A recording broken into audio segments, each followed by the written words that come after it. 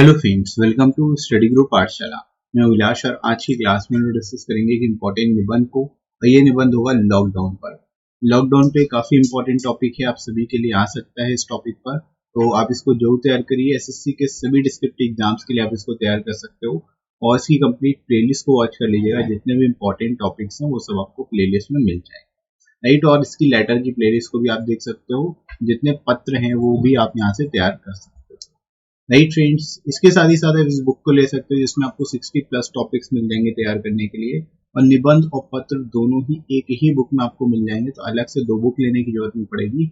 Lowest cost में आपको book मिल जाएगी, विद इन वर्ड लिमिट सारे के सारे टॉपिक्स मिलेंगे लेटेस्ट पैटर्न पर बेस्ड, राइट फ्रेंड्स। एडिशनल आपको 30% डिस्काउंट मिल जाएगा, तो डिस्क्रिप्शन में आपको लिंक दिया गया है, वहां से जाके आप इनको बाय कर सकते हो डिस्काउंटेड रेट पर, राइट फ्रेंड्स। तो चलिए फ्रेंड्स, स्टार्ट करते हैं हम लोग इंट्रोडक्शन से। इस टॉपिक को कैसे वो एक्सप्लेन करोगे ये देखते हैं। लॉकडाउन एक ऐसी आपातकालीन स्थिति को कहते हैं जब किसी देश के नागरिक अपने घरों के बाहर नहीं जा सकते। ठीक है, मतलब लॉकडाउन एक ऐसी आपातकालीन यानी इमरजेंसी की स्थिति होती है जब देश के सभी नागरिक जो है अपने घर में ही रहते हैं, घर से बाहर नहीं निकल सकते। भारत में ऐसी स्थिति पहली बार देखी गई है जब पूरा देश बंद है। ठीक है, यानी कि ये फर्स्ट टाइम ऐसा हुआ है कि पूरे देश को एक साथ बंद करना पड़ा है। लोग हैं पर सड़क पर सन्नाटा है। यह एक प्रकार की आपातकालीन स्थिति है जिसका सीधा असर देश की अर्थव्यवस्था पर देखने को मिलता है। ठीक है, यहाँ पर आप इस तरह से बता सकते हो कि लोग तो हैं लेकिन सड़कों पे कोई नहीं निकल रहा, सड़कों पर सन्नाटा है, और इसी कारण जो है इस स्थिति का जो सीधा असर देखने को मिलेगा वो हमारी अर्थव्यवस्था पर देखने को मिलेगा, क्योंकि अर्थव्यवस्था भी इससे काफ़ी ज़्यादा हद तक प्रभावित होगी। ठीक है फ्रेंड्स, तो इस तरह से यहाँ पर आप शुरुआत कर सकते हो, इस टॉपिक को एक्सप्लेन शुरुआत कर सकते हो। आगे बढ़ते हैं फ्रेंड्स। भारत के प्रधानमंत्री श्री नरेंद्र मोदी जी ने मार्च के महीने में 24 तारीख को 21 दिन के लॉकडाउन की घोषणा की। ठीक है, यहाँ पर आप बता सकते हो कि भारत के जो प्रधानमंत्री नरेंद्र मोदी जी हैं उन्होंने 24 मार्च को 21 दिन के लिए शुरुआती दौर पे लॉकडाउन की घोषणा की थी। मोदी जी द्वारा उठाया गया यह ऐतिहासिक कदम था और उन्होंने ऐसा कोरोना महामारी से देश को बचाने के लिए किया। ठीक है, जो कोरोना वायरस है उससे बचने के लिए, पूरे देश को बचाने के लिए ये कदम उठाया गया था। ठीक है, तो शुरुआत में आप इस तरह से बता सकते हो कि मोदी जी ने कब बेसिकली लॉकडाउन की घोषणा की और इसको क्यों, इस कदम को क्यों उठाया गया, क्यों बेसिकली लॉकडाउन को अपनाया गया। ठीक है, तो यहाँ पर आप इसको एक्सप्लेन कर सकते हो बहुत ही बेहतर तरीके से, राइट फ्रेंड्स। आगे बढ़ते हैं हम लोग बॉडी सेक्शन में। लॉकडाउन का सबसे अधिक प्रभाव देश की अर्थव्यवस्था पर पड़ता है।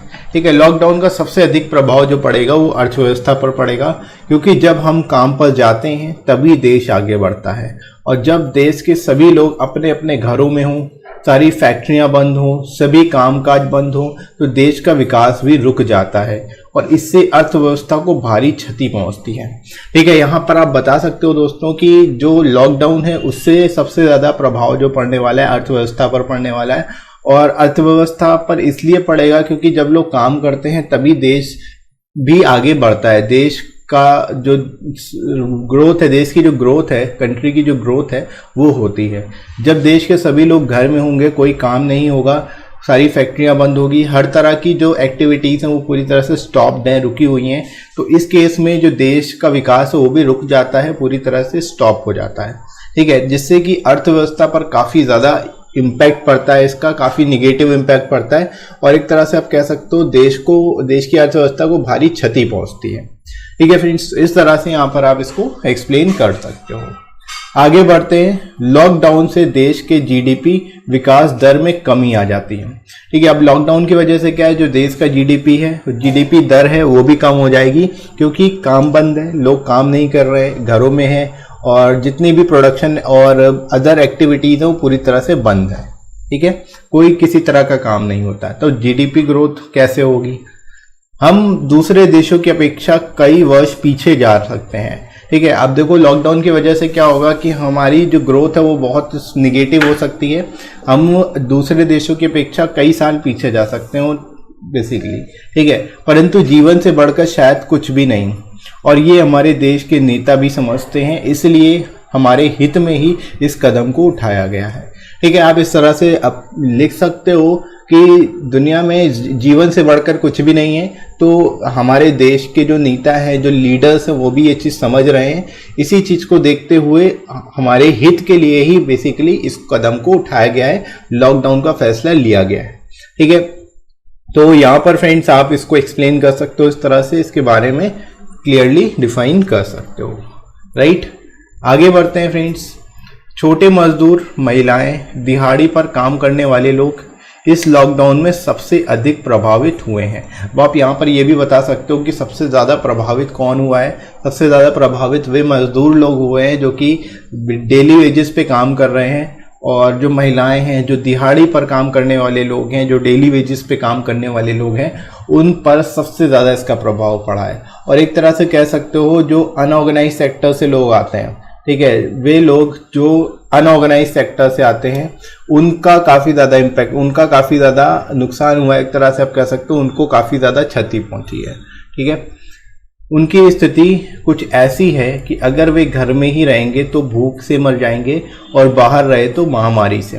ठीक है, मतलब इस तरह की स्थिति हो गई है। तभी सरकार ने भी घरों में बेसिकली जो मजदूर वर्ग हैं उन ऐसे लोगों के लिए वो जो फूड है वो खुद पहुंचाना शुरू किया है। जगह जगह पर लोग फूड का वितरण कर रहे हैं, डिस्ट्रीब्यूशन कर रहे हैं, बेसिकली जो लोगों को खाना प्रोवाइड कर रहे हैं।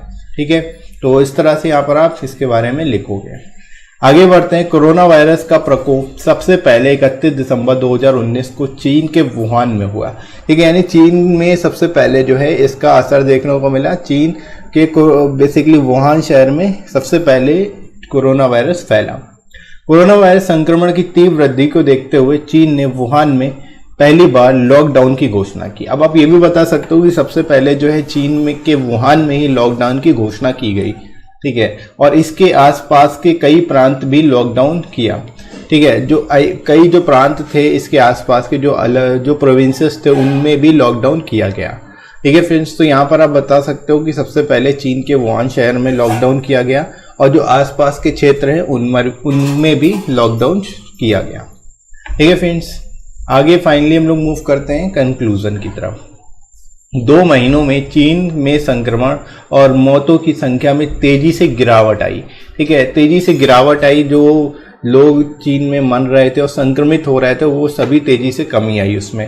ठीक है, जिससे ये साबित हो गया कि लॉकडाउन इस वायरस के प्रभाव को कम करने में कारगर है। ठीक है, मतलब यहाँ से बेसिकली ये चीज़ सामने आई कि लॉकडाउन से ही बेसिकली इस महामारी से बचा जा सकता है, अदरवाइज नहीं। ठीक है, इसके बाद कोरोना वायरस के प्रसार को नियंत्रित करने के लिए अन्य देशों में भी लॉकडाउन का सहारा लिया। ठीक है, अब आप ये भी कह सकते हो कि जब यहाँ से बेसिकली एक तरह से एग्जाम्पल के तौर पे सामने आया कि लॉकडाउन जो है इस वायरस को प्रभावित, बेसिकली जो प्रभाव है इसका उसको कम कर सकता है। लॉकडाउन की वजह से लोग जो है कम संक्रमित होंगे। तो इस वजह से सभी देशों ने क्या किया, यही किया, इस महामारी को रोकने के लिए, नियंत्रित करने के लिए सभी देशों ने लॉकडाउन का ही सहारा लिया।